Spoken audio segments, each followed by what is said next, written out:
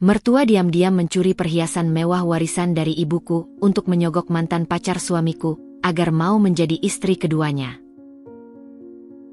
Halo Bunda, semoga Bunda semuanya dalam keadaan sehat dan bahagia ya. Sebelum masuk ke ceritanya, jangan lupa nyalakan subtitle dan absen terlebih dahulu ya. Bunda-bunda semua dari daerah mana saja? Jangan lupa like, komen, dan subscribe channel ini ya. Selamat menonton. Hari itu, langit di sore hari terlihat begitu cerah, dengan semburat jingga yang perlahan memudar di ufuk barat. Aku duduk di teras belakang rumah kami, menikmati secangkir teh hangat sementara angin sepau-sepau mengusik helaian rambutku yang terurai. Suasana tenang seperti ini adalah hal yang selalu kusyukuri setelah seharian bekerja. Rumah kami, meski tidak terlalu besar, terasa begitu hangat dan nyaman. Setidaknya sampai beberapa minggu terakhir ketika aku mulai merasakan ada sesuatu yang tidak beres. Fahmi, suamiku, sedang duduk di ruang tamu, asyik dengan laptopnya. Sejak kami menikah 3 tahun lalu, dia selalu menjadi suami yang perhatian. Namun, belakangan ini, ada yang berbeda. Aku sering menangkapnya melirik ponselnya dengan cepat setiap kali ada notifikasi masuk, lalu segera mematikan layar jika aku mendekat. Awalnya, aku menganggapnya sebagai hal biasa, mungkin urusan pekerjaan yang tidak ingin dia bicarakan agar aku tidak ikut stres. Tapi, naluriku sebagai perempuan mengatakan ada sesuatu yang disembunyikan.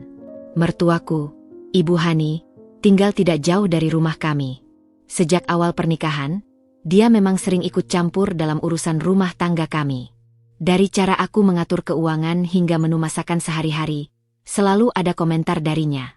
Aku mencoba bersikap sabar, mengingat dia adalah satu-satunya keluarga yang Fahmi miliki setelah ayahnya meninggal.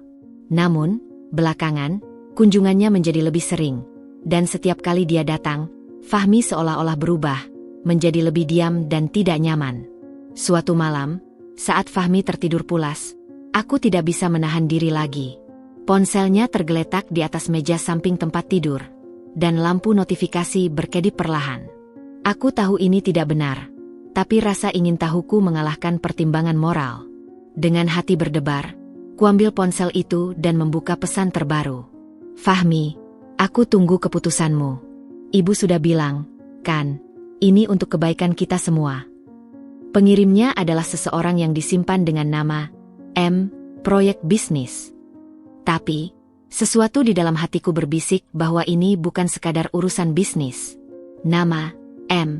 membuatku teringat pada cerita lama Fahmi tentang mantan pacarnya, Mita, perempuan yang pernah putus dengannya karena alasan keluarga, tapi konon masih sering menghubunginya diam-diam. Aku menaruh kembali ponsel itu, perasaan tidak karuan menggelayut di dada. Apakah Fahmi masih berhubungan dengan mantannya? Dan apa hubungannya dengan ibunya? Keesokan harinya, aku memutuskan untuk bersikap seolah tidak tahu apa-apa. Tapi, ketika aku membuka lemari perhiasanku untuk mengambil anting mutiara pemberian almarhumah ibuku, aku terkejut. Kotaknya ada, tapi perhiasannya hilang. Aku mencari-cari di seluruh laci, berpikir mungkin aku salah simpan, tapi tidak ada. Fahmi, kamu lihat anting mutiaraku tidak? Tanyaku saat sarapan. Dia menggeleng, tapi matanya tidak menatapku. Enggak, Din. Mungkin kamu taruh di tempat lain. Aku yakin tidak. Itu adalah satu-satunya perhiasan mewah yang kumiliki, warisan terakhir ibuku sebelum meninggal. Aku selalu menyimpannya di tempat yang sama. Dan di saat itulah, untuk pertama kalinya, aku mulai curiga bahwa ada yang sangat tidak beres dalam rumah tanggaku. Sesuatu yang jauh lebih buruk daripada sekadar Fahmi yang menyembunyikan pesan dari mantan pacarnya. Sesuatu yang melibatkan mertuaku. Sesuatu yang mungkin akan menghancurkan segalanya. Keesokan harinya, matahari pagi menyinari kamar kami dengan lembut ketika aku membuka mata. Fahmi sudah bangun lebih awal, seperti biasa, tapi kali ini aku mendapatinya berdiri di balkon sambil memegang ponselnya erat-erat. Bahunya tampak tegang, dan dari balik pintu kaca, aku bisa melihat jari-jarinya mengetik dengan cepat sebelum akhirnya menghela napas panjang. Ada sesuatu yang membuatnya gelisah, dan aku yakin itu bukan sekadar urusan kantor. Aku memutuskan untuk pura-pura masih tidur ketika dia masuk kembali ke kamar. Dia menaruh ponselnya di atas meja dengan hati-hati, seolah takut mengeluarkan suara. Lalu, tanpa menoleh ke arahku, dia bergegas ke kamar mandi. Begitu pintu tertutup, aku membuka mataku dan melirik ponsel itu. Layarnya masih menyala, menampilkan notifikasi terbaru dari proyek bisnis. Jangan buat aku menunggu lama. Fah, ibu bilang kamu harus segera memutuskan. Dadaku sesak. Siapa sebenarnya ini? Dan mengapa ibunya terlibat? Aku menahan diri untuk tidak membuka ponselnya lebih jauh. Tapi, sepanjang hari itu, pikiranku tidak bisa tenang. Setiap kali Fahmi mengangkat telepon dan berbisik-bisik, setiap kali dia menjawab pesan dengan ekspresi yang tidak biasa, semuanya membuatku semakin yakin bahwa ada rahasia besar yang disembunyikannya. Saat makan malam, aku mencoba mengetesnya. Mas, kamu akhir-akhir ini sibuk banget, ya? Ada masalah di kantor? Tanyaku sambil menyuap nasi. Dia tertegun sejenak sebelum menggeleng. Enggak, kok. Cuma ada proyek baru yang agak rumit. Proyek sama siapa? Sama tim dari divisi lain. Jawabnya cepat, tapi matanya tidak menatapku. Aku mengangguk pura-pura percaya, tapi di dalam hati, alarm bahaya sudah berbunyi kencang. Malam itu, saat Fahmi tertidur, aku tidak bisa menahan diri lagi. Dengan hati berdebar, kuambil ponselnya dan membuka aplikasi pesan. Aku langsung mencari chat dengan Percakapan mereka membuat darahku mendidih. Kapan kamu akan bicara ke Dinda? Ibu sudah tidak sabar. Fahmi, aku butuh waktu. Mite. Ini tidak semudah itu. Kamu tahu ini yang terbaik untukmu. Aku bisa memberimu segalanya. Koneksi, dukungan, sesuatu yang Dinda tidak akan pernah bisa berikan. Aku menggigit bibirku sampai nyaris berdarah. Jadi, ini tentang Mita, mantan pacarnya yang dulu sempat dijodohkan oleh keluarganya sebelum dia memilihku. Dan sekarang, ibunya ingin Fahmi kembali ke Mita? Tapi yang paling menyakitkan adalah melihat balasan Fahmi selanjutnya. Fahmi, aku tahu, tapi aku tidak mau menyakiti Dinda. Tidak ada penolakan. Tidak ada kalimat tegas seperti, aku mencintai istriku dan tidak ingin Mita kembali. Hanya ketidakpastian. Dengan tangan gemetar, aku mengembalikan ponselnya ke tempat semula. Air mataku menetes pelan di bantal. Aku tidak tahu harus berbuat apa. Tapi satu hal yang pasti, aku tidak akan membiarkan mereka menghancurkan hidupku tanpa perlawanan. Minggu-minggu berikutnya terasa seperti berjalan dalam kabut tebal. Setiap pagi aku bangun dengan perasaan was-was, seolah ada sesuatu yang mengintai di balik rutinitas kami yang tampak normal. Fahmi tetap bersikap manis seperti biasa, tapi sekarang setiap senyumannya terasa palsu, setiap sentuhannya terhitung. Aku mulai memperhatikan hal-hal kecil yang dulu tak kusadari. Bagaimana matanya selalu berpaling ketika berbohong, cara jarinya mengetuk-ngetuk meja saat gugup. Hari itu aku berdiri lama di depan lemari perhiasanku. Jemariku menyentuh satu persatu kotak kosong yang seharusnya berisi koleksi warisan ibuku.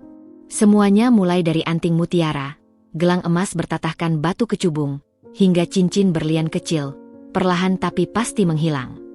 Awalnya kupikir mungkin aku yang ceroboh, sampai suatu sore ketika dengan sengaja aku mengunjungi rumah mertuaku dan kubuka laci meja rias mertuaku. Dadaiku sesak ketika melihat anting mutiaraku tersimpan rapi di antara perhiasan mertuaku yang lain.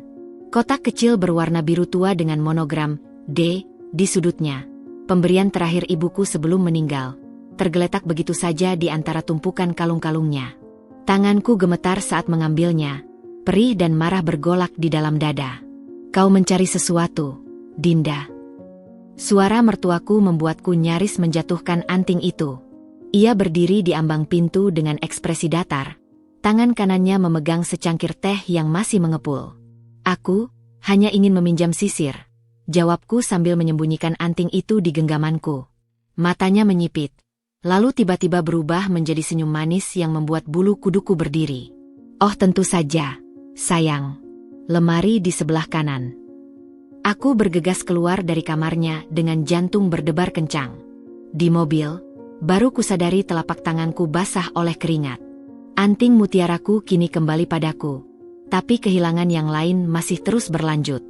Malam itu, saat Fahmi tertidur, Kuambil semua perhiasan yang tadi kuambil lagi diam-diam dari meja rias mertuaku dan menyimpannya di tempat baru. Berangkas kecil di ruang kerjaku yang bahkan suamiku tak tahu kodenya.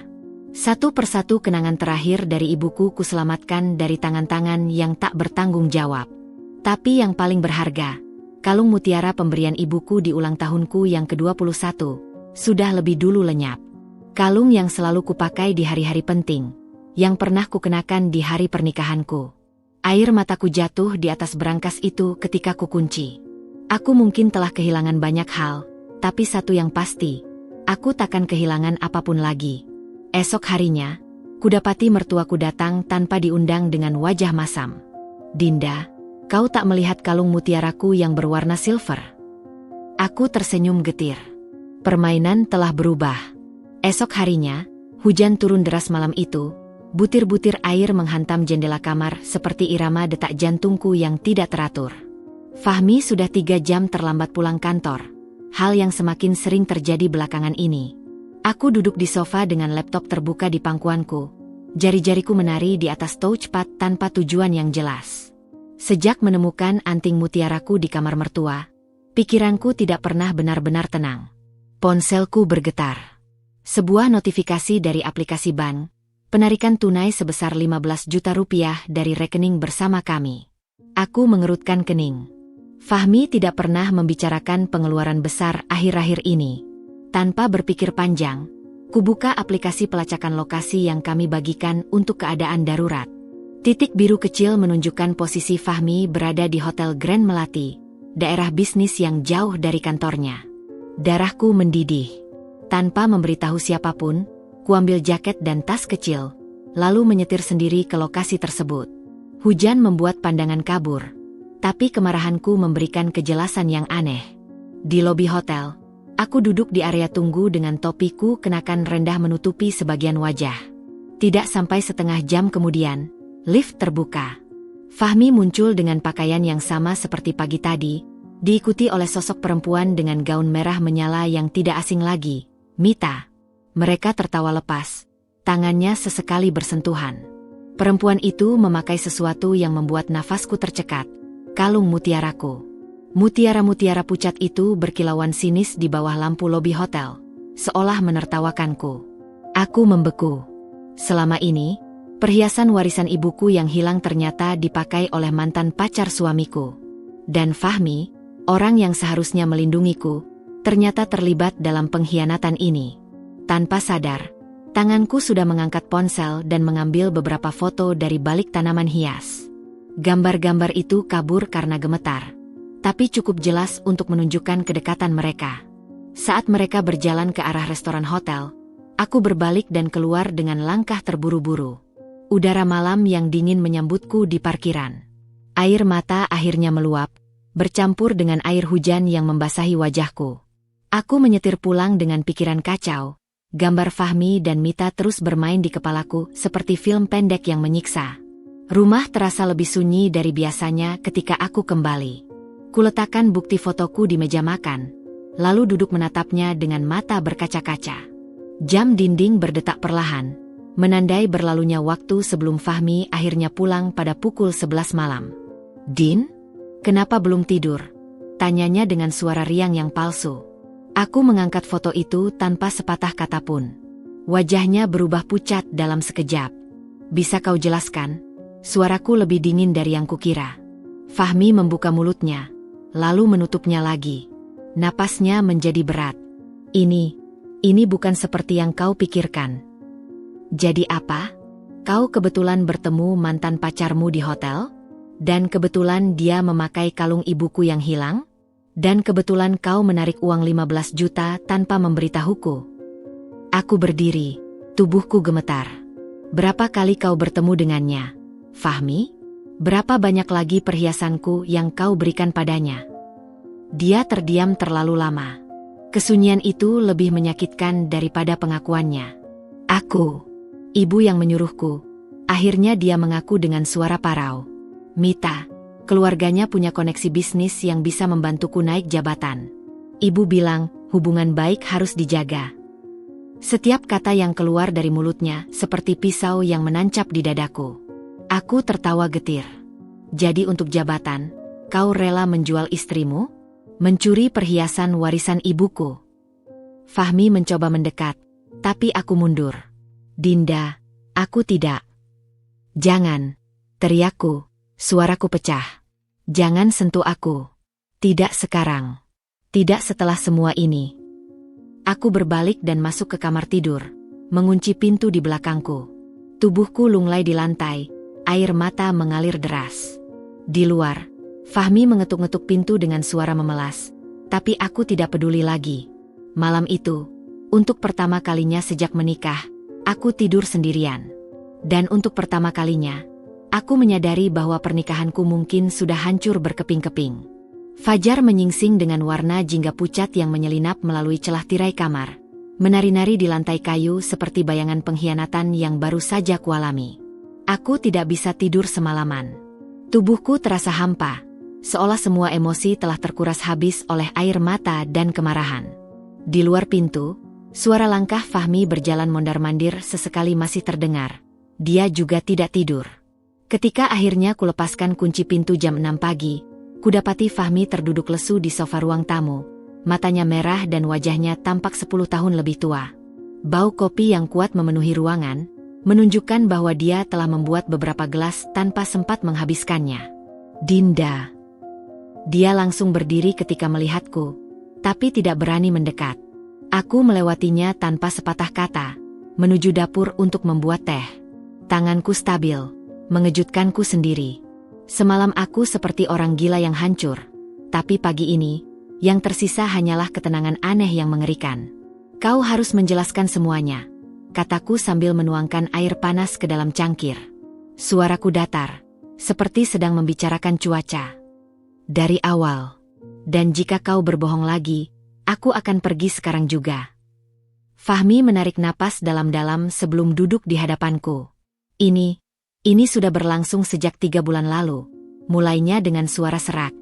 Ibu menghubungi Mita tanpa sepengetahuanku. Ceritanya mengalir pelan, seperti luka yang dibersihkan perlahan. Mertuaku ternyata telah memulihkan hubungan dengan keluarga Mita. Keluarga kaya raya yang dulu sempat menjodohkan Fahmi dengan Mita sebelum dia memilihku. Ibu bilang, Mita masih mencintaiku. Dan keluarganya bisa membantuku mendapatkan posisi direktur di perusahaan baru mereka. Fahmi memutar-mutar cangkir kopinya yang sudah dingin. Awalnya aku menolak, tapi ibu terus mendesak. Lalu Mita mulai mengirimiku pesan. Aku menatapnya tajam. Dan perhiasanku? Bagaimana bisa kalung ibuku ada di leher Mita? Fahmi menunduk. Ibu yang mengambilnya. Dia bilang itu hanya pinjaman, untuk meyakinkan Mita bahwa kita serius. Tawa pahit meledak dari mulutku. Pinjaman? Kau menyebut pencurian sebagai pinjaman. Aku tidak tahu dia akan mengambil perhiasanmu. Dinda, aku pikir. Apa? Kau pikir ibumu hanya akan meminjam perhiasan murahan? Atau kau pikir aku tidak akan menyadarinya? Aku berdiri, tangan mengepal. Yang lebih parah, kau tahu dia mencuri dariku, dan kau diam saja. Fahmi tidak bisa menjawab. Kebisannya adalah pengakuan bersalah. Berapa banyak uang kita yang sudah kau berikan padanya? Tanyaku dingin. Dia menggeleng. Tidak banyak. Hanya sekitar 20 juta untuk. 20 juta? Teriakku. Dan untuk apa? Agar dia mau menjadi istri keduamu. Fahmi terkejut. Tidak. Aku tidak. Jangan bohong lagi. Aku menghampiri meja dan mengeluarkan print out transaksi bank dari tas.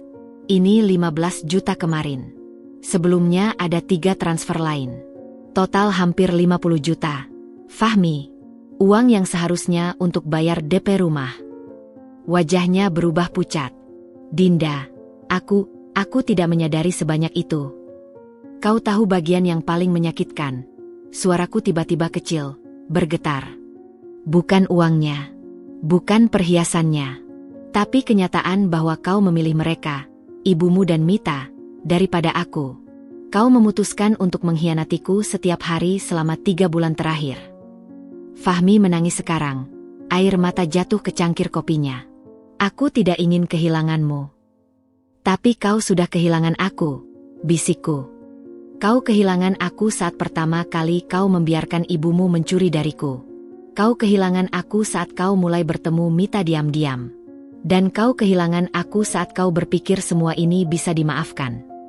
Aku berbalik dan masuk ke kamar, mengunci pintu lagi. Kali ini bukan untuk menangis, tapi untuk merencanakan langkah selanjutnya. Dari balik jendela, kulihat matahari telah terbit sepenuhnya, menyinari dunia dengan kejam. Hari baru telah tiba. Dan aku, Dinda, harus memutuskan apakah akan bertahan atau pergi. Matahari sudah tinggi ketika aku akhirnya keluar dari kamar dengan mengenakan pakaian sederhana tapi rapi, celana hitam dan kemeja putih yang biasa kupakai untuk urusan resmi. Fahmi masih terduduk di meja makan, wajahnya tampak hancur. Tapi aku sudah tidak punya energi lagi untuk merasakan simpati. Aku akan ke rumah ibumu, ujarku sambil mengambil kunci mobil. Fahmi langsung berdiri. Dinda, tunggu. Untuk apa? Agar kau bisa meneleponnya dulu dan menyuruhnya menyembunyikan bukti. Mataku menyipit. Kau sudah memilih pihakmu, Fahmi. Sekarang biarkan aku menghadapi ini dengan caraku. Udara di luar terasa panas dan pengap, cocok dengan suasana hatiku yang geram. Sepanjang perjalanan ke rumah mertua, pikiranku dipenuhi oleh berbagai skenario yang mungkin terjadi. Aku tahu ini tidak akan mudah. Ibu Hani bukanlah wanita yang bisa dipaksa mengaku hanya dengan teriakan dan air mata. Rumah besar bergaya Mediterania itu terlihat megah di ujung jalan. Taman yang selalu rapi, pagar besi hitam yang mengkilap, semua dibiayai oleh uang hasil bisnis suaminya dulu. Tapi sekarang, tampaknya dia juga membiayai gaya hidupnya dengan mencuri dari menantunya sendiri. Pelayan rumah membukakan pintu dengan senyum ramah. Ibu Dinda. Ibu Hani ada di taman belakang. Aku mengangguk singkat dan berjalan menyusuri koridor marmer yang dingin. Di sana, di bawah payung besar berwarna krem, mertuaku sedang asyik minum teh sambil membaca majalah. Dia mengenakan kebaya sutra yang pasti harganya setara dengan gajiku sebulan. Dinda, sayang, kau datang tanpa telepon dulu. Sambutnya dengan senyum lebar, seolah tidak ada masalah antara kami. Aku tidak membalas senyumannya. Ibu tahu kenapa aku datang. Wajahnya tetap tenang, tapi aku melihat jarinya sedikit mengencang di sekitar gagang cangkir teh. Oh, ada masalah apa? Perhiasanku, yang ibu curi untuk diberikan kepada Mita. Dia terkekeh. Astaga, Dinda, jangan dramatis. Aku hanya meminjamnya. Mita kan dari keluarga terpandang, dia perlu tampil pantas saat acara keluarga. Acara keluarga apa? Potongku tajam. Acara di mana dia dan Fahmi bertemu diam-diam di hotel? Acara di mana ibu merencanakan untuk menjadikannya istri kedua anak ibu. Untuk pertama kalinya, senyumannya pudar. Dinda, kau terlalu berlebihan. Itu hanya urusan bisnis. Aku punya foto mereka berdua, ujarku dingin. Dan catatan transfer uang dari rekening kami ke akun Mita. 50 juta dalam 3 bulan terakhir. Ibu pikir ini masih bisa disebut pinjaman. Udara di antara kami tiba-tiba menjadi tegang. Matanya yang biasanya ramah kini dingin seperti es. Kau tahu, Dinda, suaranya tiba-tiba berubah, kehilangan semua keramahan palsunya. Fahmi pantas mendapatkan yang lebih baik. Dia anak tunggal dari keluarga terhormat. Dan kau, apa yang kau miliki? Ibumu sudah meninggal. Ayahmu hanya pensiunan pegawai rendahan. Setiap kata seperti cambuk di kulitku, tapi aku tidak bergeming. Mita, lanjutnya dengan senyum sinis, keluarganya punya jaringan bisnis di 3 negara. Mereka bisa menjadikan Fahmi orang penting. Dan apa yang bisa kau tawarkan? Gaji kecilmu sebagai desainer grafis. Aku menarik napas dalam-dalam. Tiba-tiba, semua menjadi jelas. Ini bukan sekadar tentang Mita atau perhiasan. Ini tentang kelas sosial, tentang ambisi mertuaku yang tidak pernah bisa menerima aku sebagai menantu. Ibu benar, kataku perlahan. Aku memang tidak bisa menawarkan koneksi bisnis atau uang banyak. Tapi ada satu hal yang Mita tidak akan pernah miliki. Apa itu? Ejeknya. Prinsip. Aku mengambil langkah mendekat. Aku tidak akan pernah merendahkan diri untuk mencuri, berbohong, atau menyogok orang agar mau menikah dengan suamiku. Dan ibu tahu apa? Fahmi mungkin terpesona oleh Mita sekarang, tapi suatu hari nanti dia akan sadar. Dia telah menukar cinta sejati dengan sekarung uang dan kebohongan. Wajahnya memerah. Kau berani. Dan satu hal lagi, ibu, tambahku sambil berbalik untuk pergi. Aku ingin semua perhiasanku dikembalikan besok. Jika tidak, aku akan melaporkan pencurian ini ke polisi. Aku punya foto-foto bukti, catatan keuangan, dan saksi bahwa ibu yang mengambilnya dari rumah kami. Kulihat matanya membesar. Kau tidak akan berani.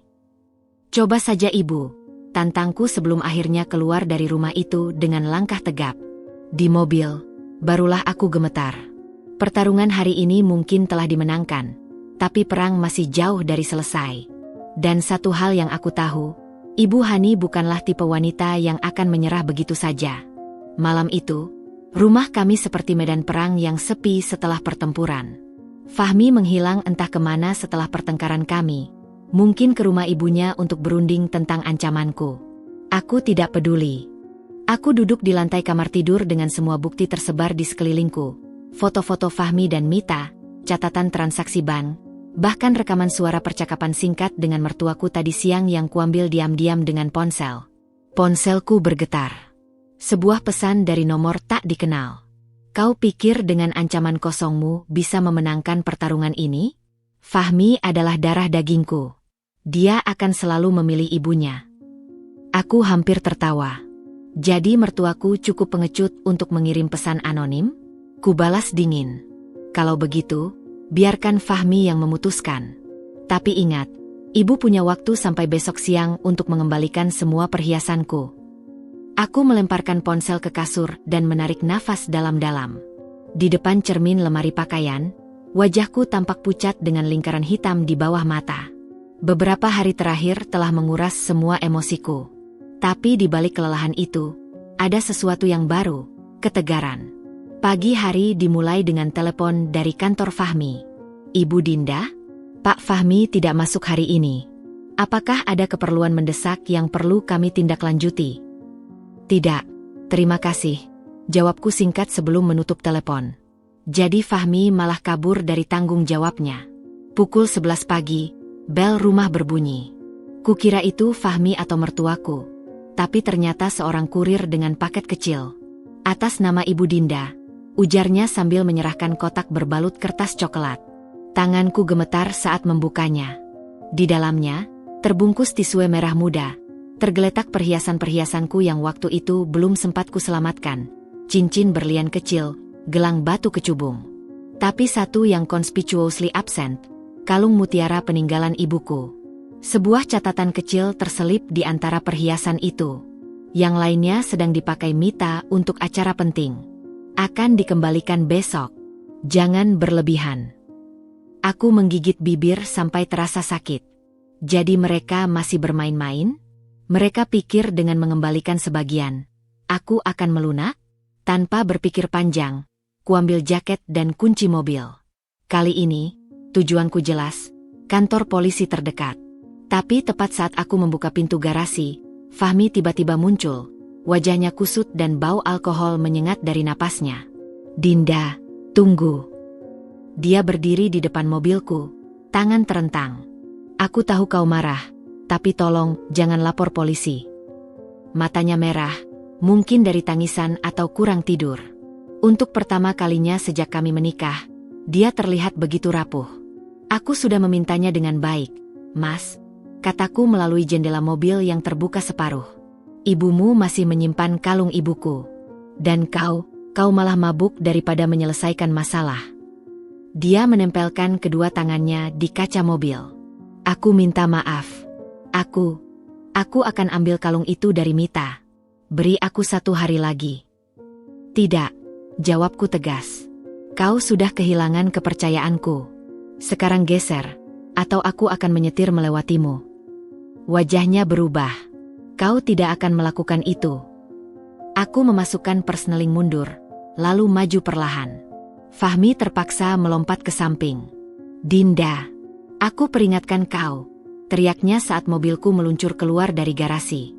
Di kaca spion, kulihat dia berdiri di tengah jalan dengan tangan di kepala, lalu tiba-tiba jatuh berlutut. Tapi aku terus menyetir. Kantor polisi ternyata lebih ramai dari yang kuduga. Antrean panjang orang dengan berbagai masalah. Aku duduk di bangku plastik keras sambil memeluk tas berisi bukti-bukti. Tiba-tiba, ponselku berdering. Nomor tak dikenal lagi. Kami tunggu di rumah ibu. Datang sekarang jika kau mau kalungmu kembali. Sendirian. Jantungku berdebar kencang. Ini jelas jebakan. Tapi, kalung itu adalah satu-satunya kenangan terakhir dari ibuku. Aku berdiri dari kursi, ragu-ragu. Di depan, petugas sudah memanggil nomor antreanku. Ibu Dinda. Aku menatap petugas itu, lalu ke ponsel di tanganku. Keputusan ada di tanganku sekarang. Melanjutkan laporan polisi, atau menghadapi mertuaku sekali lagi demi kalung itu? Aku berdiri di depan loket kantor polisi. Telapak tangan berkeringat mencengkeram berkas berisi bukti-bukti pengkhianatan keluargaku sendiri. Suara petugas di depanku yang menanyakan kelanjutan laporanku terasa seperti gema dari jauh. Ponsel di tangan kiriku masih menampilkan pesan teks terakhir. Ancaman halus dari mertuaku yang memintaku datang sendirian jika ingin kalung ibuku kembali. Bu, mau melanjutkan laporan atau tidak? Tanya petugas polisi itu lagi, matanya menyipit penuh pertanyaan. Napasku tersendat saat melihat jam di dinding. Pukul 13.27. Mereka memberiku deadline tidak tertulis. Jika aku menekan tombol print di keyboard komputer petugas ini, tidak ada jalan kembali. Tapi jika aku pergi sekarang, maaf, Pak, saya perlu waktu sebentar. Bisikku sebelum berbalik dan berjalan keluar dengan langkah goyah. Udara panas menyambutku di luar kantor polisi. Aku menyandarkan badan di tembok bangunan sambil mencoba menenangkan diri. Di depan mataku, bayangan Fahmi berlutut di jalan tadi pagi terus menghantui. Dia yang biasanya begitu tegas dan percaya diri, terlihat hancur. Tapi apakah itu cukup untuk memaafkan semua yang telah terjadi? Ponselku berdering lagi, kali ini dari nomor Fahmi. Aku menghela napas sebelum mengangkat. Din, tolong. Suaranya parau, berbeda dari biasanya. Jangan pergi ke polisi dulu. Aku sudah bicara dengan ibu. Kalungmu ada di sini. Datanglah ke rumah ibu. Aku janji tidak ada yang akan menyakitimu. Kenapa aku harus percaya? Tanyaku dingin. Karena... Dia terdiam sejenak. Karena aku baru saja mengancam akan melaporkan ibu ke polisi sendiri jika tidak mengembalikan semua perhiasanmu. Aku terkesiap. Fahmi melawan ibunya? Ini perkembangan yang tidak kuduga. Kau di sana sekarang? Iya. Dan Mita juga ada di sini. Mereka sedang berdebat. Suara di ujung telepon tiba-tiba menjadi tidak jelas. Tapi aku mendengar teriakan perempuan di latar belakang. Aku menutup mata, mencoba berpikir jernih. Ini bisa jadi jebakan. Tapi jika Fahmi benar-benar berubah pikiran, baik, aku datang. Tahu sendiri konsekuensinya jika ini tipuan. Perjalanan ke rumah mertua terasa seperti mimpi buruk yang dijalankan frame per frame. Setiap lampu merah terasa menyiksa, setiap belokan seolah memperpanjang penderitaan. Ketika akhirnya sampai di depan rumah besar itu, kudapati pintu gerbang terbuka lebar, hal yang tidak biasa. Suara teriakan langsung memenuhi telingaku begitu aku menginjakkan kaki di teras. Kau pikir aku bodoh? Aku tahu kau hanya menggunakan anakku untuk uang keluargamu. Teriak mertuaku dari dalam rumah. Suara Mita yang dingin membalas. Dan ibu pikir Fahmi akan memilih seorang piatu seperti Dinda daripada aku? Ibu terlalu. Teriakan itu terputus ketika aku membuka pintu depan tanpa mengetuk. Seluruh kepala keluarga itu, Fahmi, mertuaku, dan Mita, berdiri di ruang tamu seperti patung yang terkejut. Di leher Mita, kalung mutiara ibuku berkilauan sinis. Fahmi adalah yang pertama bergerak. Dinda. Mertuaku langsung berubah ekspresi. Lihat apa yang kau lakukan pada keluarga kita. Hardiknya ke arahku, tapi aku tidak bereaksi.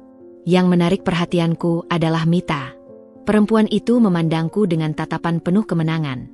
Sengaja mengusap-usap kalung mutiaraku seolah menantang. Keluarkan rekamanmu itu. Dinda, bisik Fahmi tiba-tiba di sampingku. Yang kau buat waktu konfrontasi dengan ibu. Aku terkejut. Jadi dia tahu aku merekam? Tanpa bertanya lebih lanjut, kuambil ponsel dan memutar rekaman percakapanku dengan mertua beberapa hari lalu. Saat dia mengakui mengambil perhiasanku untuk Mita. Suara mertuaku yang penuh kesombongan memenuhi ruangan. Mita kan dari keluarga terpandang, dia perlu tampil pantas saat acara keluarga. Wajah Mita berubah. Apa? Sudah cukup, Mita. Fahmi memotong dengan suara tegas yang belum pernah kudengar sebelumnya. Lepaskan kalung itu. Sekarang. Ruang tamu yang megah itu tiba-tiba menjadi sunyi. Mertuaku menatap anaknya dengan mulut terbuka, tidak percaya dengan perubahan sikapnya. Mita tertawa kecil. Kau benar-benar berpikir. Aku bilang lepaskan. Fahmi tiba-tiba berteriak begitu keras sampai gelas di meja bergetar. Aku sendiri terkejut dengan ledakan emosinya. Mita tampak sama shocknya. Wajahnya pucat saat tangannya dengan gemetar membuka kunci kalung. Fahmi mengambilnya dan menyerahkan padaku.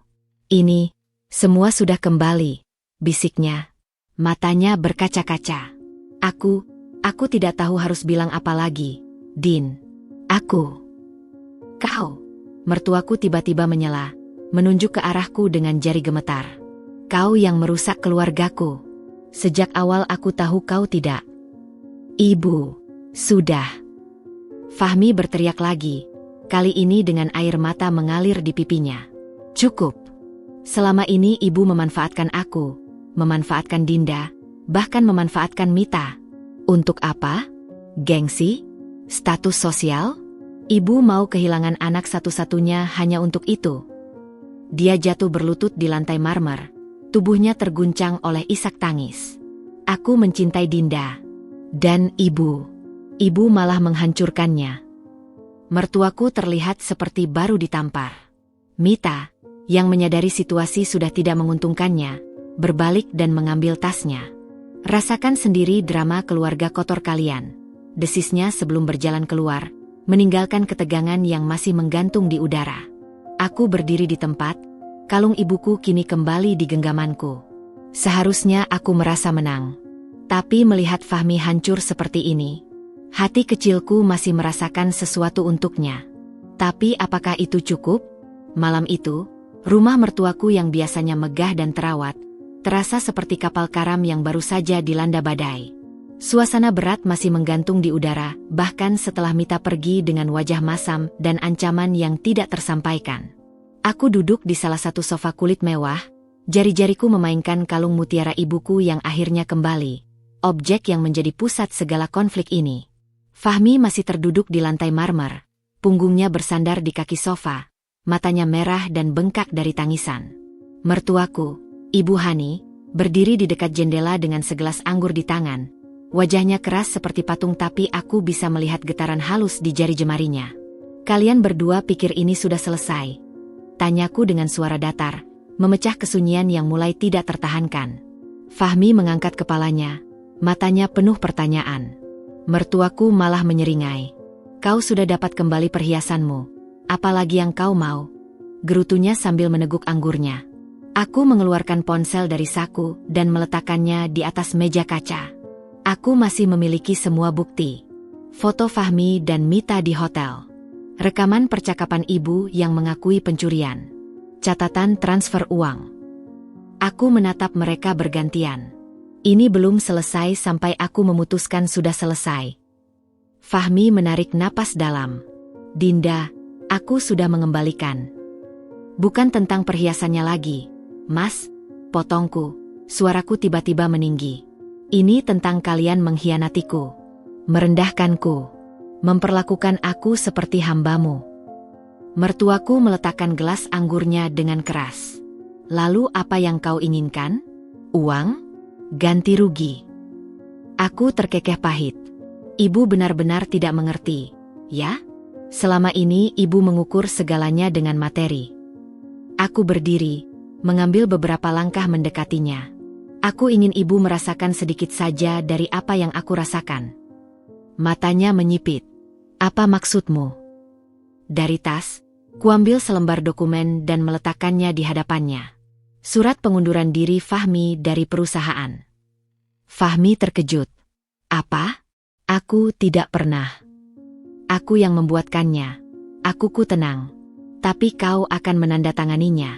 Atau besok pagi, semua bukti ini akan sampai di meja polisi dan media sosial. Mertuaku langsung memerah wajahnya. Kau tidak bisa melakukan ini. Perusahaan itu adalah satu-satunya sumber kebanggaan ibu, aku tahu. Aku menatapnya tajam. Tapi ibu lupa, Fahmi adalah direktur utamanya. Tanpa dia, investor akan lari. Fahmi berdiri perlahan. Dinda, tolong. Kita bisa bicara baik-baik. Seperti ketika kau berbicara baik-baik dengan Mita di hotel, tanyaku dingin. Kau punya pilihan, Fahmi. Tanda tangani ini, atau hadapi konsekuensinya. Ruangan kembali sunyi. Dari luar, suara jangkrik malam terdengar nyaring, kontras dengan ketegangan di dalam ruangan ini. Mertuaku tiba-tiba tertawa, suara yang dingin dan tidak menyenangkan. Kau pikir dengan ini kau menang? Fahmi adalah darah dagingku. Dia tidak akan. Aku menandatangani. Suara Fahmi memotong ucapan ibunya. Kedua kami terkejut menatapnya. Apa? Mertuaku terkesiap. Fahmi mengambil pena dari meja. Aku akan menandatanganinya. Tapi dengan satu syarat. Dia menatapku langsung. Kau tidak akan menyebarkan bukti-bukti itu. Dan kita akan berbicara. Benar-benar berbicara. Berdua saja. Aku mengamatinya dengan cermat. Ada sesuatu yang berbeda di matanya. Ketegasan yang belum pernah kulihat sebelumnya. Baik, akhirnya kuangguk. Dia segera menandatangani surat itu, lalu menyerahkannya padaku. Mertuaku menjerit ketidakpercayaan. Kau gila. Itu perusahaan sumber keluarga kita. Fahmi tidak menjawab ibunya. Dia hanya menatapku. Besok malam. Restoran tempat kita pertama kali kencan. Jam 7. Aku melipat dokumen itu dengan hati-hati dan memasukkannya ke dalam tas. Aku akan mempertimbangkannya. Ketika aku berbalik untuk pergi, mertuaku tiba-tiba mengejarku. Kau tidak akan lolos begitu saja. Aku akan. Silakan, potongku tanpa menoleh. Laporkan aku ke polisi karena meminta suamiku mengundurkan diri dari perusahaannya sendiri. Aku yakin mereka akan sangat tertarik. Pintu kubanting tertutup di belakangku, meninggalkan teriakan mertuaku yang semakin menjauh. Udara malam terasa segar di paru-paruku. Ini baru permulaan. Esok harinya, sinar matahari pagi menyelinap melalui tirai kamar hotel yang kusewa untuk sementara. Setelah kejadian tadi malam, aku tidak kuat kembali ke rumah yang penuh dengan kenapan pengkhianatan. Tubuhku lelah. Tetapi pikiranku justru terjaga sepanjang malam, memutar ulang setiap detail, setiap kata, setiap ekspresi wajah mereka. Di atas meja kecil dekat tempat tidur, surat pengunduran diri Fahmi terbuka dengan tanda tangannya yang masih segar. Dokumen ini adalah senjataku sekarang, bukti nyata bahwa aku tidak lagi menjadi korban dalam permainan mereka. Namun, di balik kepuasan kecil ini, ada kegelisahan yang menggerogoti. Apa yang sebenarnya ingin dibicarakan Fahmi nanti malam? Ponselku bergetar. Sebuah pesan dari nomor tak dikenal. Namun, isinya membuat darahku mendidih. Kau pikir menang dengan surat itu? Fahmi hanya mengasihanimu. Tunggu saja, aku akan dapatkan dia kembali. Dan kali ini, kau tidak akan punya apa-apa lagi. Tidak perlu tanda tangan untuk tahu bahwa ini dari Mita. Aku menyimpan ponselku dengan geram.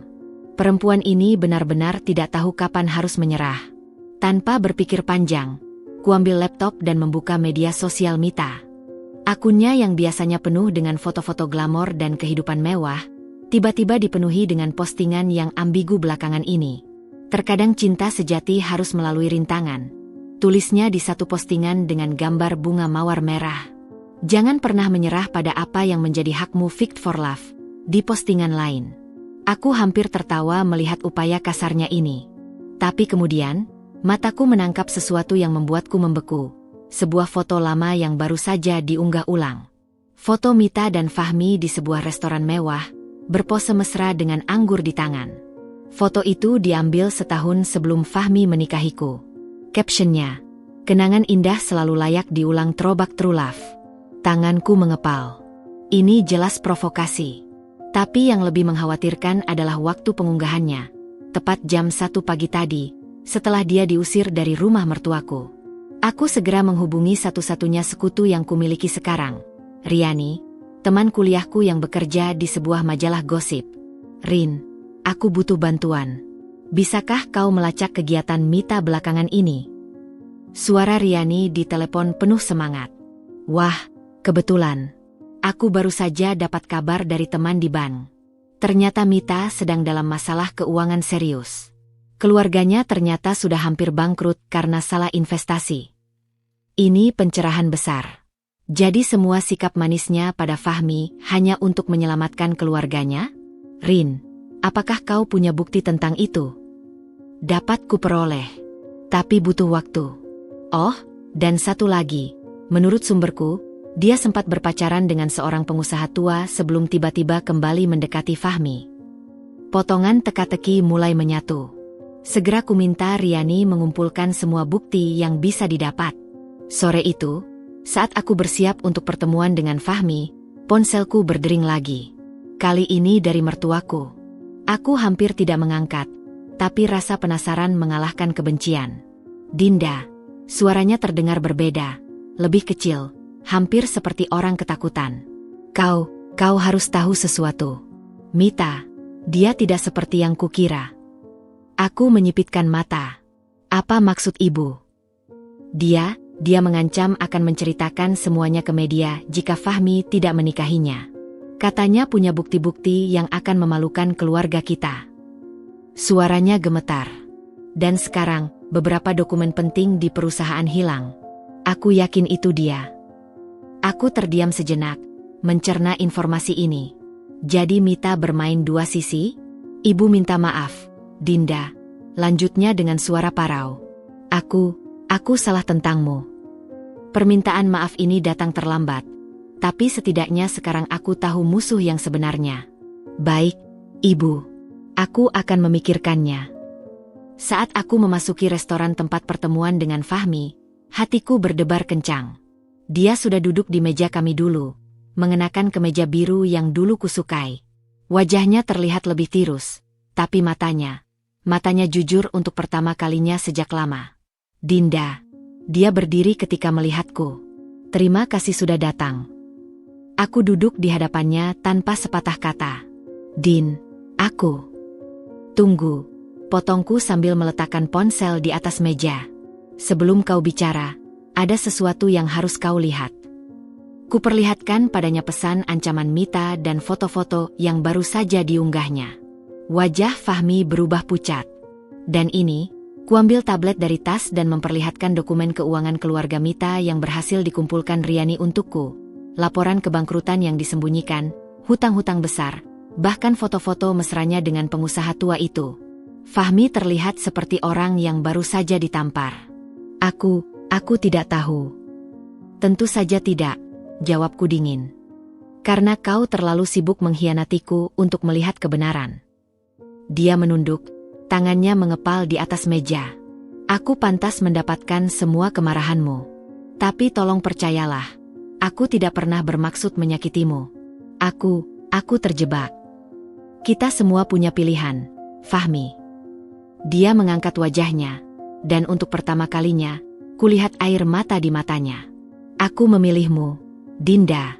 Jika kau mau memberiku kesempatan terakhir, aku akan membuktikannya. Restoran yang elegan itu tiba-tiba terasa sangat sunyi. Di luar jendela, lampu-lampu kota berkelap-kelip seperti bintang yang jatuh. Aku menarik napas dalam. Apa yang akan kau lakukan tentang Mita? Fahmi mengeluarkan sebuah flash disk dari saku. Ini rekaman percakapannya dengan ibuku yang merencanakan segalanya. Juga bukti bahwa dia yang mengambil dokumen perusahaan. Matanya berbinar dengan tekad baru. Aku sudah belajar pelajaranku, Din. Sekarang, izinkan aku memperbaiki ini. Aku memandangnya lama, mencoba membaca kejujuran di balik kata-katanya.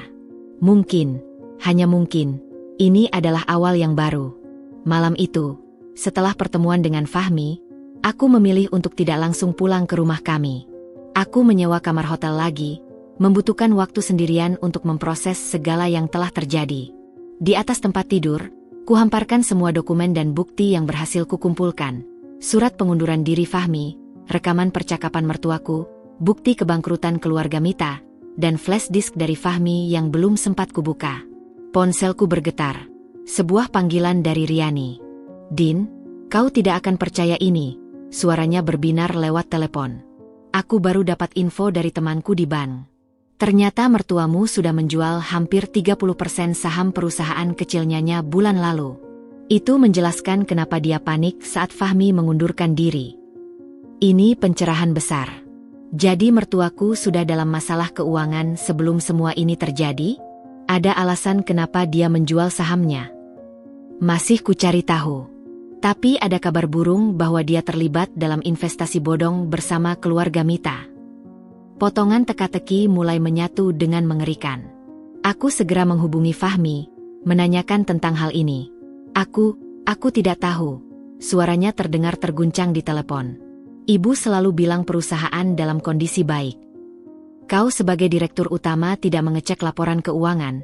Tanyaku tidak percaya. Diam di ujung telepon. Lalu suara parau. Ibu yang selalu menangani bagian itu.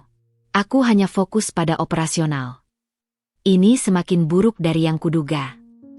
Esok paginya, aku memutuskan mengunjungi kantor perusahaan keluarga mereka, PT Hani Group, sebuah gedung berlantai 15 di distrik bisnis pusat kota. Resepsionis terkejut melihatku. "Ibu Dinda, kami tidak diinfokan." "Aku hanya perlu melihat sesuatu," kataku sambil langsung menuju lift. Kantor Fahmi di lantai 10 kosong. Meja kerjanya yang biasanya rapi sekarang berantakan dengan tumpukan dokumen. Aku membuka komputer yang masih menyala. Fahmi lupa logout. Setelah beberapa menit membuka-buka folder, kutemukan sesuatu yang mengejutkan. Laporan keuangan 3 bulan terakhir yang menunjukkan kerugian besar. Dan yang lebih mengejutkan, ada beberapa transfer rutin ke sebuah perusahaan offshore yang tidak kukenal. Sedang mencari apa? Aku terkejut, berbalik melihat mertuaku berdiri di pintu dengan wajah pucat. "Ibu tahu aku akan menemukan ini suatu hari," kataku sambil menunjuk layar.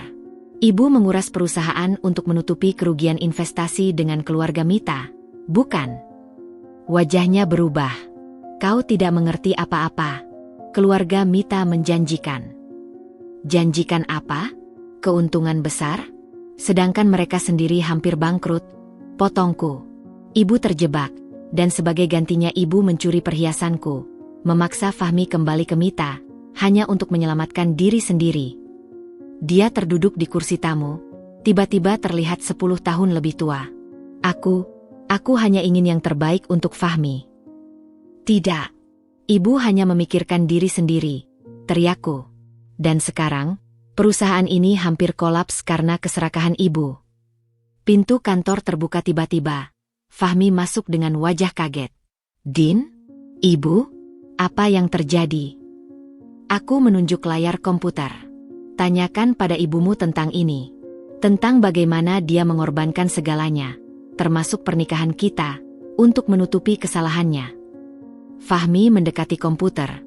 Matanya membesar saat membaca laporan itu. "Ibu, ini benar." Mertuaku tidak menjawab. Air mata mulai mengalir di wajahnya yang biasanya tegas itu. Itu jawaban cukup. Fahmi terduduk, wajahnya hancur. "Aku percaya padamu. Selama ini aku percaya setiap kata-katamu." Ruangan itu tiba-tiba terasa sangat kecil untuk 3 orang dengan hati yang hancur. 2 hari kemudian, berita mengejutkan muncul di halaman depan koran bisnis. PT Hani Group dilaporkan ke otoritas jasa keuangan atas dugaan penyelewengan dana. Aku duduk di balkon kamar hotel, menyesap kopi sambil membaca artikel itu. Ternyata Fahmi yang melaporkan perusahaannya sendiri setelah memverifikasi semua dokumen. Ponselku berdering. "Riani. Din, kau lihat beritanya? Ibu Hani baru saja diperiksa penyidik. Dan tebak apa? Mita ternyata sudah kabur ke Singapura kemarin malam." Aku menghela napas panjang. Karma memang datang bukan sebagai pencuri di malam hari, tapi sebagai bayangan yang terus mengikuti sampai kita menghadapinya. Dan untuk mertuaku, karma itu datang dalam bentuk kehancuran segala yang dia bangun selama hidupnya. Reputasi, perusahaan, bahkan kepercayaan anak semata wayangnya. Sementara untukku, mungkin ini adalah awal yang baru. Fahmi mengirim pesan. Aku di lobi hotelmu. Boleh kita bicara? Aku melihat jam. Masih pagi. Masih banyak waktu untuk memutuskan apakah akan memberinya kesempatan, atau memulai hidup baru tanpa beban masa lalu. Tapi satu yang pasti, aku, Dinda, tidak lagi menjadi korban. Lobi hotel yang biasanya ramai dengan suara riuh para tamu, pagi itu terasa sunyi dan sepi. Aku memilih untuk duduk di sudut paling jauh, di balik pot tanaman besar yang memberikan privasi. Jari-jariku memainkan ujung gelas kopi yang sudah mulai dingin, menatap pintu lift dengan perasaan campur aduk. Ketika pintu itu terbuka dan Fahmi muncul, aku langsung melihat perubahannya. Posturnya yang biasanya tegap sekarang sedikit membungkuk, matanya yang dulu penuh percaya diri kini redup, dan garis-garis kelelahan jelas terlihat di wajahnya. Dia mengenakan kemeja putih sederhana tanpa dasi, celana chino yang sudah sedikit kusut, sangat berbeda dari penampilan sempurna yang biasa dia rawat. Ketika matanya menemukanku, ada kilatan harap yang muncul, tapi cepat dia sembunyikan dengan anggukan sopan. Terima kasih sudah mau menemuiku, ujarnya saat duduk di hadapanku, suaranya parau seperti orang yang baru saja menangis semalaman. Aku mengangguk singkat. Kau bilang ingin bicara.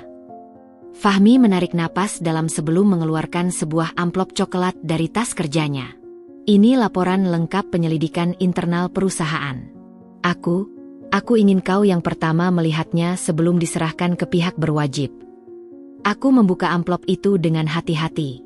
Dokumen setebal 20 halaman itu berisi rincian transaksi mencurigakan, penggelapan dana, bahkan pemalsuan tanda tangan selama 6 bulan terakhir. Yang membuatku terkejut, semua dokumen itu ditandatangani oleh mertuaku sendiri. Aku tidak tahu sejauh ini, bisik Fahmi, tangannya gemetar saat menyesap air mineral. Selama ini ibu selalu bilang perusahaan dalam kondisi baik. Aku terlalu percaya. Aku menatapnya lama. Kenapa kau melaporkan perusahaanmu sendiri? Dia mengangkat wajah, matanya berkaca-kaca tapi penuh tekad. Karena itu yang benar. Karena aku sudah terlalu lama membiarkan kebohongan terjadi. Jarinya menunjuk sebuah halaman khusus. Lihat ini. Ibu bahkan menggunakan uang perusahaan untuk membeli perhiasan yang diberikan ke Mita. Aku membaca dokumen itu dengan teliti. Ternyata mertuaku tidak hanya mencuri perhiasanku, tapi juga menggelapkan uang perusahaan untuk membeli hadiah-hadiah mewah bagi Mita, termesan berlian seharga hampir $500 miliar. Dan ini, Fahmi membalik ke halaman terakhir, adalah surat pengakuanku sebagai direktur yang lalai menjalankan tugas. Aku siap menanggung konsekuensinya. Suaranya tegas, tapi aku melihat ketakutan di balik matanya. Ini bisa berarti hilangnya segalanya baginya. Reputasi, karir, bahkan kebebasannya. Kau yakin ingin melakukan ini? Tanyaku pelan. Dia mengangguk. Aku sudah bicara dengan pengacara. Kemungkinan besar aku akan dijadikan saksi, tapi ada risiko aku juga bisa dijerat karena kelalaian. Tangannya meraih tanganku. Tapi sebelum semua itu terjadi, aku ingin kau tahu, aku menyesal. Lebih dari yang bisa kuungkapkan dengan kata-kata. Udara di antara kami terasa berat. Di luar jendela, awan mendung mulai mengumpul, seolah mencerminkan suasana hati kami. Mas, akhirnya kupecah kesunyian. Apa yang sebenarnya kau harapkan dariku sekarang?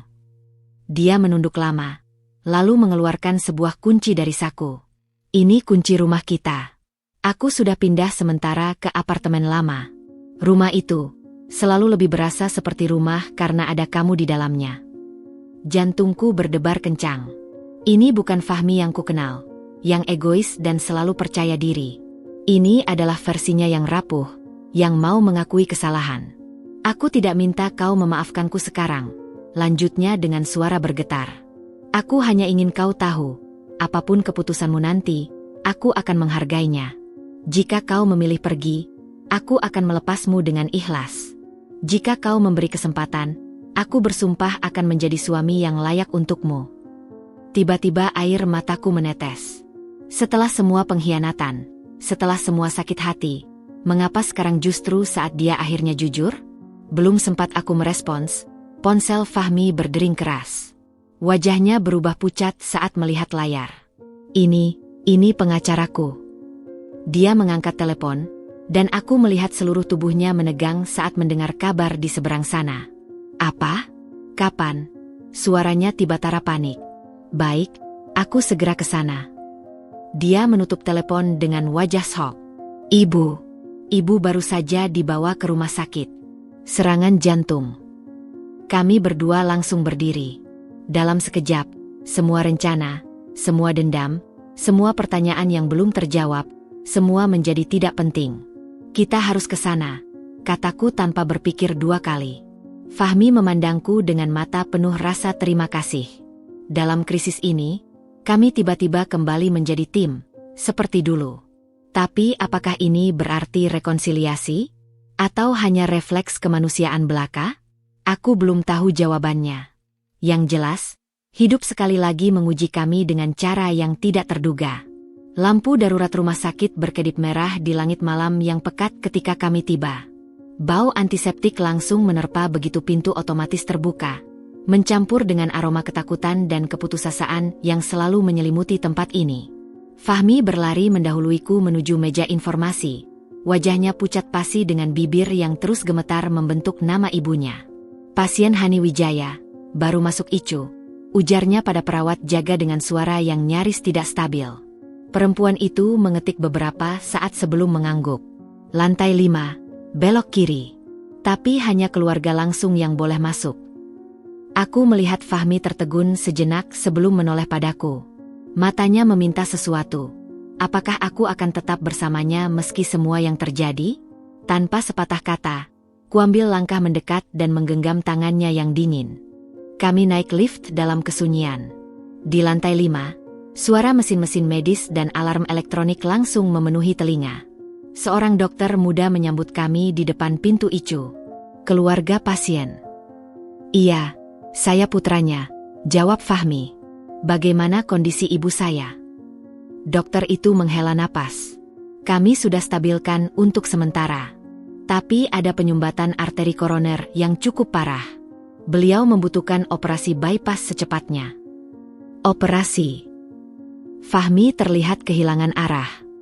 Berapa biayanya?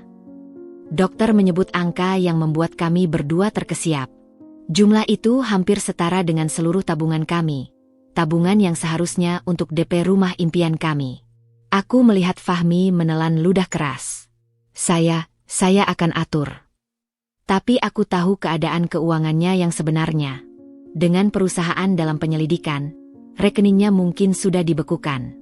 Kami akan bayar, kataku tiba-tiba, mengeluarkan kartu kredit platinum pemberian kantor dari dompet. Silakan proses administrasinya. Fahmi memandangku dengan mata berkaca-kaca. Dinda, kau tidak harus. Bukan untuk ibumu, potongku dingin. Untukmu. Karena aku tahu kau akan menghancurkan dirimu sendiri mencoba menanggung ini sendirian. Prosedur administrasi berjalan cepat.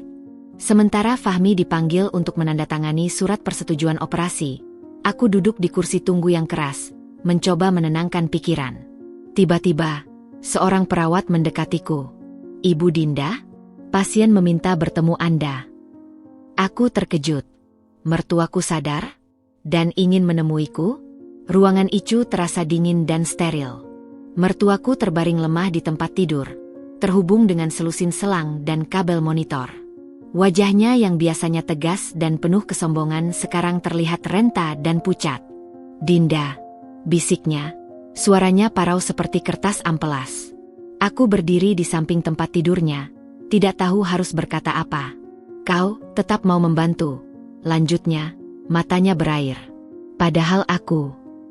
Jangan salah paham, jawabku tegas. Aku melakukan ini untuk Fahmi, bukan untuk Anda. Dia mengangguk pelan, lalu tiba-tiba meraih tanganku dengan genggaman yang mengejutkan kuat untuk seseorang dalam kondisinya. Aku salah, desisnya, air mata mengalir di pelipisnya yang keriput. Tentang semuanya. Tentang kamu, tentang Mita, tentang perusahaan. Napasnya tersengal-sengal. Tolong, jangan tinggalkan Fahmi. Dia butuh kamu. Monitor di samping tempat tidur tiba-tiba berbunyi nyaring saat detak jantungnya tidak stabil. Perawat bergegas mendekat. Ibu harus istirahat sekarang, kata perawat itu sambil membimbingku keluar. Di koridor, Fahmi langsung menghampiriku dengan wajah panik. Ada apa? Ibu kenapa? Dia sadar sebentar. Jawabku. Bicara padaku.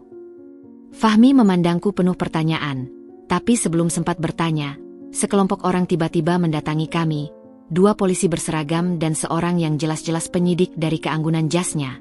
Bapak Fahmi Wijaya, penyidik itu menyapa. Kami perlu berbicara tentang laporan Anda. Fahmi menghela napas. Bisakah ini menunggu? Ibu saya sedang kritis. Maaf, ini penting, sela polisi itu dengan tidak acuh. Kami menemukan transaksi mencurigakan atas nama Anda juga. Aku melihat Fahmi pucat. Apa maksudnya? Transfer 50 juta ke akun atas nama Mita Suryadi. Apakah Anda mengenali transaksi ini? Fahmi terlihat bingung. Itu untuk. Matanya beralih padaku, lalu tiba-tiba sadar. Oh Tuhan, Din. Uang itu. Aku tahu, potongku. Uang yang kau berikan ke Mita. Penyidik itu langsung mencatat. Jadi Anda mengakui transaksi ini. Tunggu, teriakku tiba-tiba. Itu bukan suap atau apapun. Itu. Aku berpikir cepat. Itu pinjaman untuk bisnis. Fahmi dan Mita sempat berdiskusi tentang kerjasama bisnis sebelum kami tahu masalah keuangannya. Polisi itu tidak percaya. Ibu punya bukti. Aku mengeluarkan ponsel dan menunjukkan dokumen yang dikirim Riani, proposal bisnis palsu yang dibuat Mita untuk menarik minat Fahmi. Ini draft awal mereka. Tapi kerjasamanya batal setelah kami tahu kondisi keuangan Mita. Polisi itu memeriksa dokumen itu dengan cermat sebelum akhirnya menganggap kami masih perlu verifikasi. Bapak Fahmi, besok pagi harap datang ke kantor kami untuk klarifikasi. Setelah mereka pergi, Fahmi langsung memelukku erat. Terima kasih, bisiknya di bahuku. Kau menyelamatkanku. Aku tidak membalas pelukannya. Aku hanya tidak ingin operasi ibumu terganggu. Besok kau harus hadapi konsekuensimu sendiri. Dia melepaskanku dengan wajah sedih tapi mengerti. Aku tahu. Dan aku akan menerimanya. Bel berbunyi, tanda operasi akan segera dimulai. Dokter bedah datang menjelaskan prosedur terakhir kali sebelum mertuaku dibawa ke ruang operasi. Saat mereka mendorong tempat tidurnya lewat, aku melihat mertuaku menatapku sekali lagi. Di matanya ada permintaan maaf yang tidak terucap, dan sesuatu yang lain, rasa terima kasih. Aku tidak yakin apakah aku bisa memaafkannya. Tapi malam ini, setidaknya aku tahu telah melakukan hal yang benar. Dan untuk pertama kalinya sejak skandal ini mulai, aku merasa tenang. Pagi hari setelah operasi mertuaku, udara di rumah sakit terasa lebih berat dari biasanya. Aku terbangun di kursi tunggu yang keras, leherku kaku dan punggung pegal-pegal. Fahmi masih tertidur di kursi sebelahku. Wajahnya yang biasanya tampan sekarang tampak suram dengan lingkaran hitam tebal di bawah mata dan janggut yang mulai tumbuh kasar. Dokter bedah mendekati kami dengan langkah lelah. Operasi berhasil, katanya sambil melepas topi hijau operasinya. Tapi kondisinya masih kritis. 48 jam ke depan akan menentukan. Fahmi mengangguk lesu, tangannya mengusap wajah yang lelah. Terima kasih, Dok. Kami berdua diam ketika dokter itu pergi, disambut suara langkah sepatu yang berderap di lantai keramik. Tiba-tiba, sekelompok orang muncul di ujung koridor, beberapa wajah familiar dari keluarga besar Fahmi, termasuk tantenya yang paling kaya, Tante Maya, dengan setelan Chanel-nya yang mewah dan ekspresi wajah yang dingin. Fahmi. Tante Maya menyapa dengan suara nyaring yang tidak sesuai dengan suasana rumah sakit. Aku baru dengar kabar tentang ibumu. Sedih sekali. Matanya beralih ke arahku, dan aku bisa melihat penghinaan yang jelas di balik senyum palsunya. Fahmi berdiri perlahan. Terima kasih sudah datang, Tante. Tentu saja, sayang. Tante Maya mendekat, mengabaikanku sepenuhnya. Kita semua sangat khawatir. Apalagi setelah, semua masalah di perusahaan. Aku melihat Fahmi mengepalkan tangan di samping tubuhnya. Ibu sedang berjuang untuk hidupnya.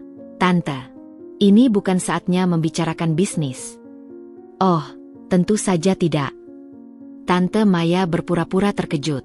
Tapi kau harus mengerti, keputusanmu melaporkan perusahaan sendiri telah membuat seluruh keluarga, bagaimana ya, malu. Anggota keluarga lainnya mulai mengangguk setuju.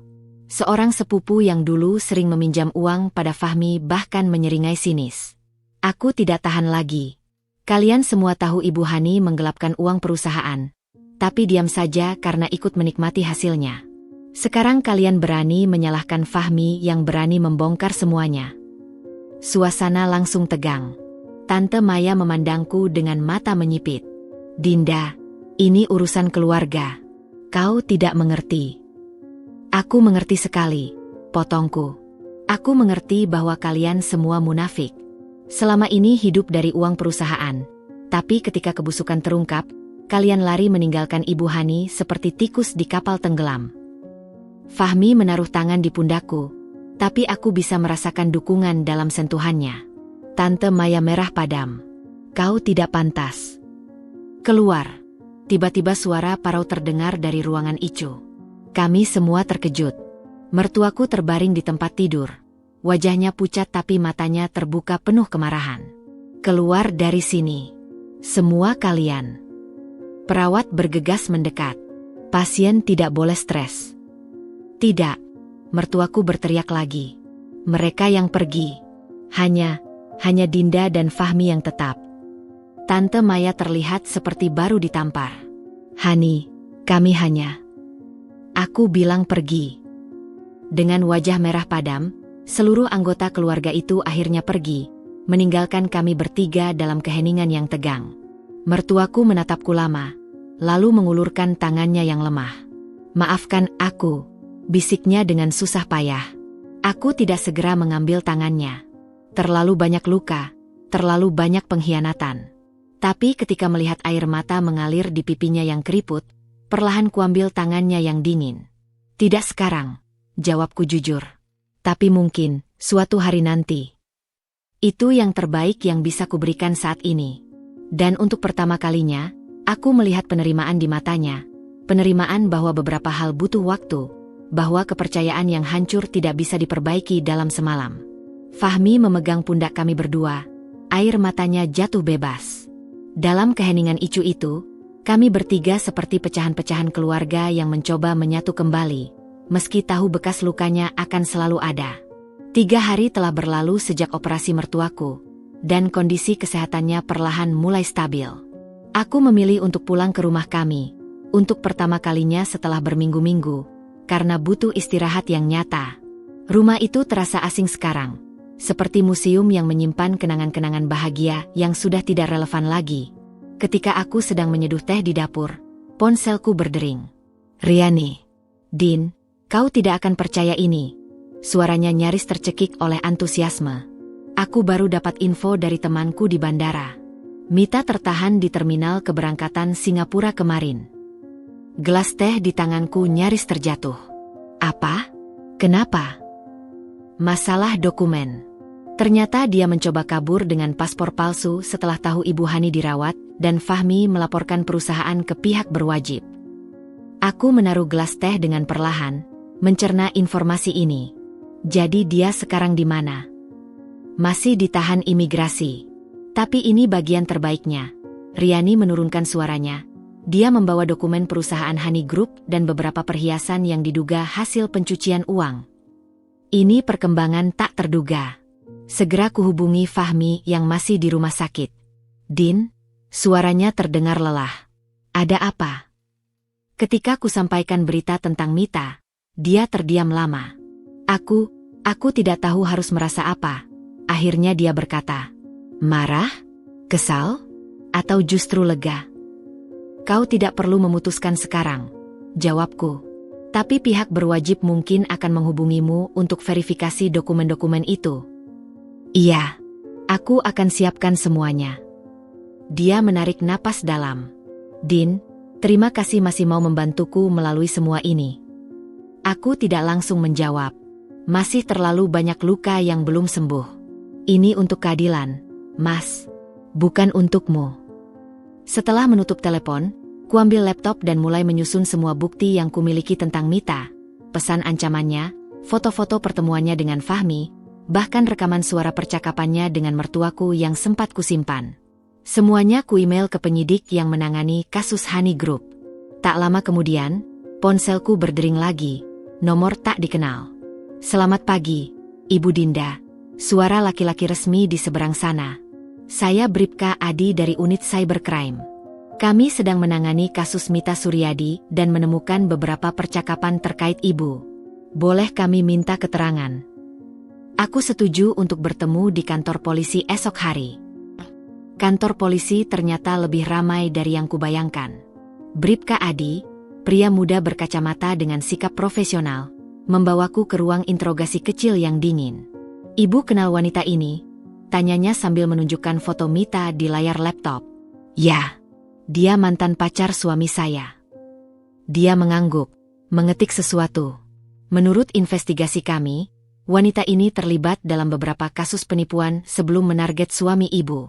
Modusnya sama, mendekati pria kaya, lalu menguras hartanya dengan berbagai dalih. Aku terkejut. Jadi ini bukan pertama kalinya. Bukan. Dia membuka beberapa dokumen.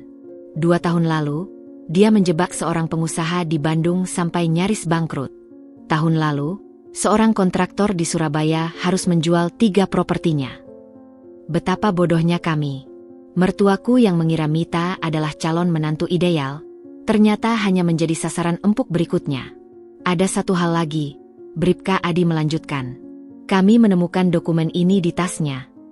Dia menunjukkan foto sebuah surat perjanjian pranikah yang sudah ditandatangani Mita dan mertuaku. Surat ini menyatakan bahwa Mita akan mendapatkan 10% saham Honey Group jika menikah dengan Fahmi, jelasnya. Dadaku sesak. Jadi ini bukan sekadar tentang cinta atau gengsi. Ini transaksi bisnis kotor. Apakah suami saya tahu tentang ini? Bribka Adi menggeleng. Dari semua dokumen yang kami periksa, tidak ada tanda tangan atau persetujuan dari suami ibu. Ini murni antara Mita dan Ibu Hani. Aku menutup mata, mencoba menenangkan diri. Semakin dalam kami menggali, semakin busuk kebenaran yang terungkap. Terakhir, polisi itu melanjutkan, kami menemukan ini di koper tersembunyinya. Dia menunjukkan foto beberapa perhiasan mewah, termasuk kalung mutiaraku yang asli dan beberapa barang yang tidak kukenal. Itu milikku, seruku. Dia mencurinya dari rumah saya. Bribka Adi mencatat dengan cermat. Ini akan memperkuat kasus kami. Dengan semua bukti ini, dia bisa menghadapi hukuman panjang untuk penipuan, pencucian uang, dan penerimaan barang curian. Ketika aku keluar dari kantor polisi 2 jam kemudian, sinar matahari terasa menyilaukan. Mita akhirnya terjebak dalam jarinya sendiri, karma yang sempurna untuk semua yang telah dia lakukan. Tapi satu pertanyaan masih menggantung. Apakah keadilan untuk Mita juga berarti pengampunan untuk Fahmi dan ibunya? Aku belum punya jawabannya. Malam itu, rumah kami yang dulu terasa hangat dan ramai, kini hanya dipenuhi oleh kesunyian yang menggema di setiap sudutnya. Aku duduk di tepi tempat tidur yang sudah tidak lagi kami bagi selama berminggu-minggu, memandangi cincin kawin di jari manisku yang masih setia menempel meski ikatan pernikahan kami sudah retak berkeping-keping. Ponsel di sampingku menampilkan pesan terakhir dari Fahmi. Dokter bilang ibu bisa pulang besok. Aku akan mengurusnya. Kau baik-baik saja di rumah. Pesan yang sederhana, penuh perhatian, tapi terasa seperti pisau yang mengiris luka lama. Aku tidak segera membalas. Sebaliknya, kuambil sebuah kardus dari bawah tempat tidur dan mulai mengisinya dengan barang-barang pribadiku. Buku harian masa kecil, foto-foto ibuku yang sudah tiada, beberapa pakaian favorit. Aku tidak tahu apakah ini persiapan untuk pergi, atau hanya cara untuk mengingatkanku bahwa pada akhirnya, aku masih punya diri sendiri. Pintu depan tiba-tiba terbuka. Suara langkah kaki yang kukenal terdengar di lorong. Din. Fahmi berdiri di ambang pintu kamar. Wajahnya lelah tapi matanya penuh harap. Kau sedang apa? Aku menutup kardus dengan cepat. Hanya merapikan beberapa barang. Dia masuk perlahan, seperti takut mengusik kesunyian yang rapuh di antara kami. Aku membawa makan malam. Kau sudah makan? Aku menggeleng. Fahmi duduk di lantai menghadapku, membuka kotak makanan yang masih hangat. Nasi goreng kesukaanku dari warung dekat rumah sakit. Dokter bilang ibu butuh perawatan lanjutan. Aku pikir lebih baik dia tinggal sementara di apartemenku, ujarnya sambil menyodorkan garpu. Aku menerimanya tanpa bersemangat. Kau tidak perlu melaporkan setiap keputusanmu padaku, Mas. Dia menunduk. Aku tahu. Tapi aku ingin kau tahu. Tidak ada lagi rahasia di antara kita. Udara di kamar terasa berat. Kami makan dalam diam. Hanya diselingi suara sendok yang sesekali mengetuk piring. Din, Fahmi akhirnya memecah kesunyian. Apa yang akan kita lakukan? Aku menatapnya lama. Aku tidak tahu, Fahmi. Aku benar-benar tidak tahu. Dia mengangguk pelan, lalu mengeluarkan sebuah map dari tasnya. Aku membawa ini. Surat cerai. Dadaku sesak melihat dokumen itu. Kau sudah mengurusnya? Belum. Ini masih kosong. Dia meletakkannya di antara kami. Aku hanya ingin kau tahu, pilihan itu ada di tanganmu sekarang. Jika kau memutuskan ini yang terbaik. Suaranya tercekat. Aku akan menghormatinya. Aku menarik napas dalam. Dan jika tidak, dia mengeluarkan kunci lain dari saku. Ini kunci apartemenku. Jika kau memilih untuk mencoba lagi, aku akan mulai dari nol. Tinggal di apartemen, memberimu ruang dan waktu. Membuktikan bahwa aku bisa menjadi suami yang layak untukmu. Air mataku jatuh di atas map surat cerai itu, membasahi kertas kosong yang siap diisi keputusan akhir kami. Aku butuh waktu, bisikku. Fahmi mengangguk, lalu berdiri. Aku mengerti. Aku akan pergi sekarang. Telepon aku jika kau butuh apapun.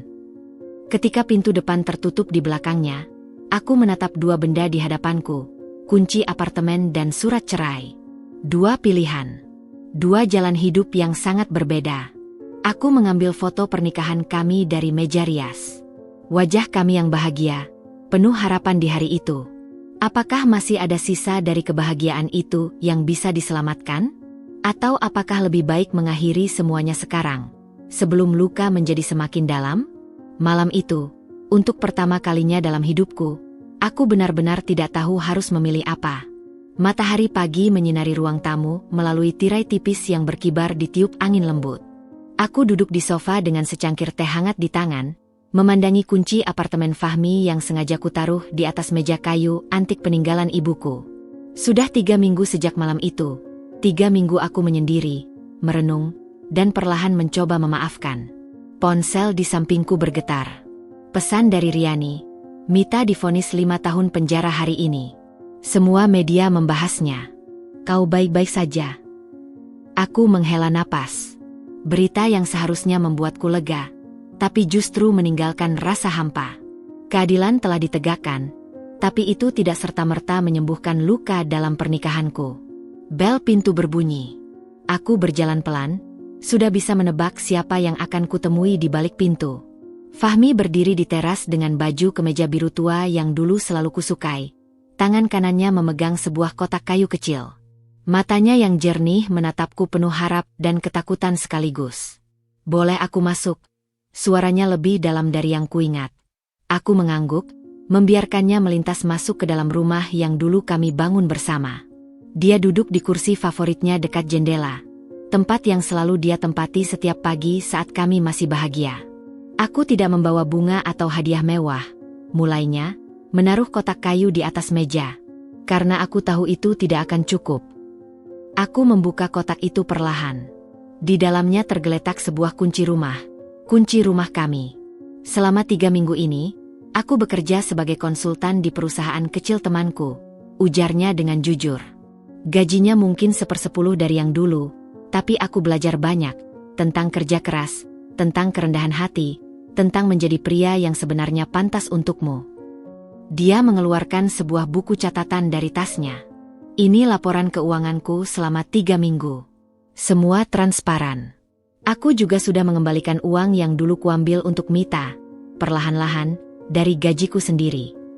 Aku membalik halaman buku itu, melihat catatan detil setiap rupiah yang dia hasilkan dan belanjakan.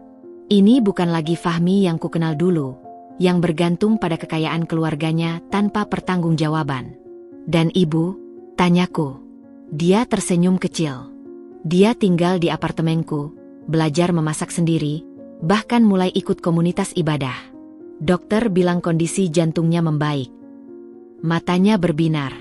Dia minta aku menyampaikan permintaan maafnya lagi padamu. Aku menutup buku catatan itu, menatapnya dalam-dalam. Kenapa sekarang, Mas? Kenapa baru sekarang kau berubah? Air mata menggenangi matanya. Karena baru sekarang aku benar-benar menyadari apa yang hampir kulakukan. Kehilangan wanita terbaik dalam hidupku hanya karena kesombongan dan kebodohanku. Tangannya meraih tanganku. Aku tidak memintamu memaafkanku sekarang. Aku hanya meminta kesempatan untuk membuktikan bahwa aku bisa menjadi pria yang layak untukmu, hari demi hari, dengan usahaku sendiri. Di luar jendela, burung-burung berkicau riang di antara dedaunan yang hijau. Aku melihat kunci rumah itu, lalu ke mata Fahmi yang penuh penyesalan dan harapan. Mungkin beberapa luka terlalu dalam untuk disembuhkan sepenuhnya. Mungkin beberapa pengkhianatan akan selalu meninggalkan bekas. Tapi hari ini, di bawah sinar matahari pagi yang hangat ini, aku memutuskan untuk mencoba. Aku mengambil kunci rumah itu dan menggenggamnya erat. Kau bisa tidur di kamar tamu dulu, kataku sambil tersenyum kecil. Kita lihat perkembangannya perlahan-lahan. Wajah Fahmi berubah seperti anak kecil yang mendapat hadiah Natal. Tangannya menggenggam tanganku dengan lembut, tidak ingin melepaskan. Terima kasih, bisiknya. Air matanya jatuh bebas.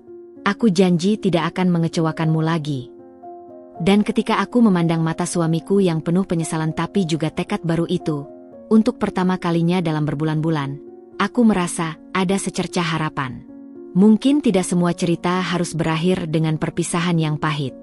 Mungkin, hanya mungkin, beberapa kisah bisa diperbaiki, dengan kesabaran, dengan usaha, dan dengan cinta yang lebih dalam dari semua luka yang pernah ada.